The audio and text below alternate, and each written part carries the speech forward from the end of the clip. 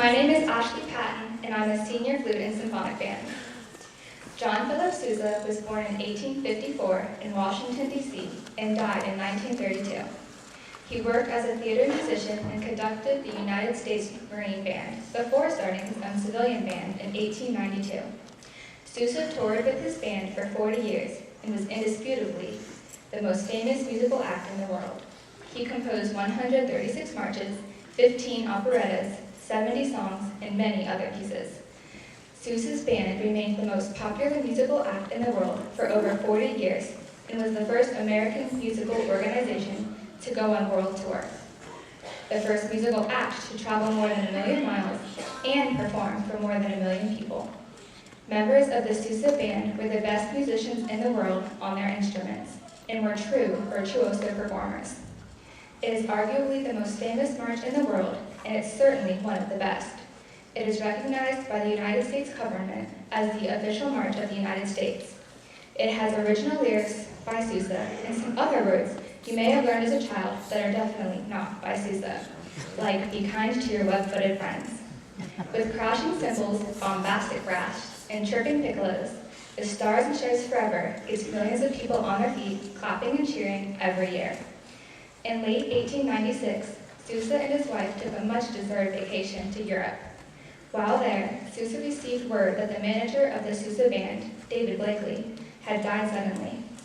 The band was scheduled to begin another cross-country tour soon, and Sousa knew he must return to America at once to take over the band's business affairs. Sousa tells the rest of the story in a passage from his autobiography.